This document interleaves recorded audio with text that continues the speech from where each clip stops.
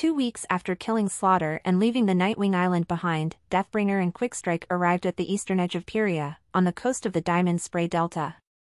Since they'd left, Quickstrike had already started giving him the rigorous training he would need for their upcoming assignments and briefed him on who their first target was. A Sea-Wing general named Tempest, supposedly as strategic and fearless as Blister herself. With Tempest, Blister could end the war within the next few months, explained Quickstrike. And our job is to make sure the tables stay even. Quickstrike nodded. But what is the most important rule? She drilled. Don't be seen, Deathbringer recited. If I do get caught, then I'm a rogue Nightwing acting of my own accord. After another week of searching, Deathbringer was starting to get impatient.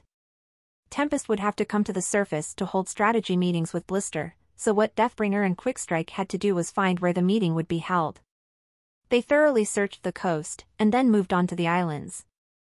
Deathbringer had offered several plans to draw them out instead, but Quickstrike growled at him not to be impatient.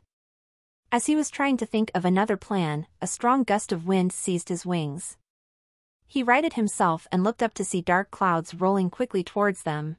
We need to find a place to land before we're caught in the storm, Quickstrike ordered. She was scanning the empty sea beneath them, and Deathbringer did the same, watching for any hint of land in the stretch of open water as rain started to pelt his scales and wings. As they flew, the wind picked up, and Deathbringer fought to stay flying as the rain fell harder and faster, streaming into his eyes and making it hard to see. Thunder sounded in the distance, and Deathbringer didn't hear Quickstrike until she was right beside him, pointing to their left and yelling, "Over there," over the roar of the storm. Deathbringer followed where she was pointing to an overgrown island that would be the perfect place for an army to wait if they didn't want to easily be seen by anyone flying above. He followed Quickstrike to a small island close by, where they could wait for Commander Tempest to arrive. As he folded his wings close to his body to dive, a sudden flash of light blinded him, and a deafening crash sounded in front of him. He shook his head to clear it and dropped down to the island to join Quickstrike. That night, as they set up camp, he couldn't stop thinking about how he had come an inch from death, about what would have happened if he'd dove a moment sooner. What would Quickstrike have done if I'd been struck by lightning? He wondered, then immediately answered himself. She would have proceeded with the mission, obviously. The mission comes first. He knew it was the right answer, but it still kept him awake the whole night. Over the next 3 days, Quickstrike showed him new techniques to use when spying in the forest. It was different from the practice and training he had received in the volcano, but he picked it up easily. When Tempest finally arrived, Deathbringer almost jumped out of his scales. Tempest was huge, a massive giant of a dragon with a trident slung across her back. He listened as one of the dragons accompanying her, Gil, introduced his agenda for a more peaceful solution to the war. Blister didn't seem thrilled at the notion, nor did Quickstrike, Deathbringer noticed. Of course, a peaceful solution is the opposite of what the Nightwings wanted. But does that mean we should do something other than what we were assigned, to destabilize the Alliance? Quickstrike answered his question, laying out the plan to him, which was executed flawlessly the next day.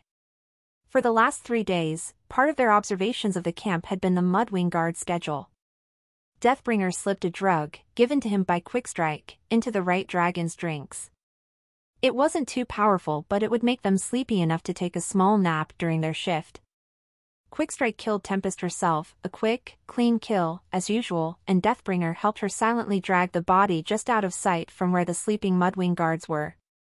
In a stroke of genius, Deathbringer had contributed to the plan with the idea of using a Mudwing spear for the kill just for good measure, and there had been a note of approval in Quickstrike's voice as she accepted. Then they had flown back to the coast, receiving news just days later of Tempest's death and the cracks that were quickly forming in Blister's alliance. As usual, Quickstrike only looked faintly pleased at the job well done, but Deathbringer was thrilled. He was on the continent, completing real missions, with the best mentor, set to get their next mission in just a few days. His mood was only slightly dampened when Quickstrike stuck him in a secluded spot in the forest while she went to meet the messenger to receive their next target. "If I take you with me," she explained, "then there's a chance you'll be taken back to the island." What? But I completed the task the Queen gave me. I have every right to be here. "I know that," Quickstrike growled. "But I don't trust Morosir." Deathbringer sighed as he watched his mother fly away, but he didn't have to wait long before she was back with a quick summary of the meeting. Morosir had been waiting at the decided spot, and he and Vengeance were as upset as she had expected them to be, but for the meantime Deathbringer was staying with her on the continent. Their next target was another clever general, this time a sandwing working for Burn named Six Claws. Over the next few years, Quickstrike helped him hone his skills, making him a deadly weapon. He even started developing some of his own techniques as she trained him to become as masterful of an assassin as her. Their targets were mostly generals that were giving one of the queens too much of an advantage. A Mudwing general here, a Sandwing commander there, a Skywing who was quickly climbing the ranks, anyone who could potentially bring the end of the war before 20 years was up. Deathbringer knew that he wasn't supposed to know about the grand plan yet, but he was starting to gather pieces of the Nightwing plan from his assignments. He thought of himself as a pretty good apprentice. He always followed orders, and got better at ignoring the little voice and twinge of guilt every time he completed an assignment.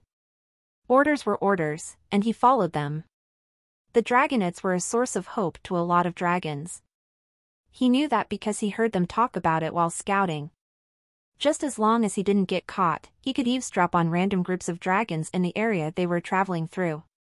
That's why when the assignment reached them that some of the original Dragonets of Destiny would have to be eliminated, the little voice of doubt came back, whispering in his mind. After a brief thought, he and Quickstrike flew off towards the Ice Kingdom to intercept the Dragonets as they inevitably went to visit Blaze. Honestly, reflected Deathbringer, they follow such a predictable pattern. It's a wonder they all haven't been captured or killed yet. First the Mud and Sea Kingdom, to visit Blister. They couldn't get to Burn through the fortress, and then they would be on their way to the Ice Kingdom to visit the third candidate to the throne, Blaze. Fortunately for them, the Ice Kingdom's border was much easier to watch than most other kingdoms. They settled on a spot with a clear view of the sky, at the base of a mountain halfway between the Ice and Sand Kingdoms. After just a few days in the chilly north of Pyria, he would have welcomed the warmth, especially because Quickstrike would not let him start a fire. She said that the smoke would bring too much attention, but after the second week of waiting, he was seriously freezing his tail off, so when Quickstrike went to hunt, he set a very small fire, just to warm himself up a little. He was generally pretty good at sensing other dragons near him, so it was quite the surprise when he didn't see the bright white Icewing, glowing the night sky, before she was right in front of him. Hey, she barked. Great moons, where did you come from? He asked, startled. Quickstrike is going to be so mad at me, he thought. He was too startled to notice the lack of sharp spines or the shape of her claws.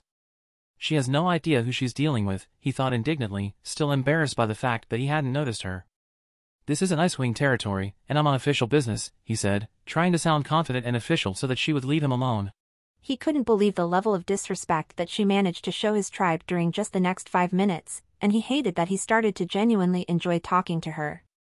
Quickstrike had completely deprived him of contact with other dragons, and honestly it was refreshing having someone else to talk to.